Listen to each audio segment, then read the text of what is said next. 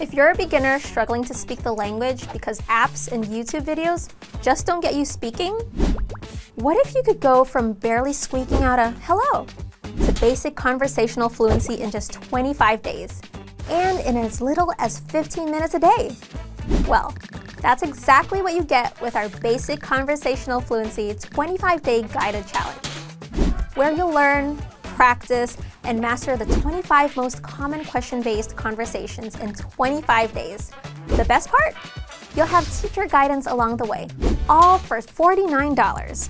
But there are only 100 spots open, and enrollment ends October 31st. So click the link in the description to learn more and enroll today. How does the 25-Day Guided Challenge work?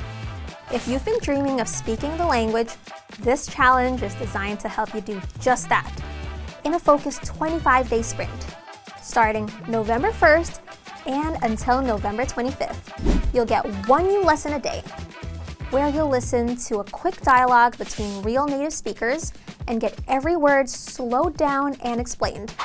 You'll get tested on what you've learned to boost retention.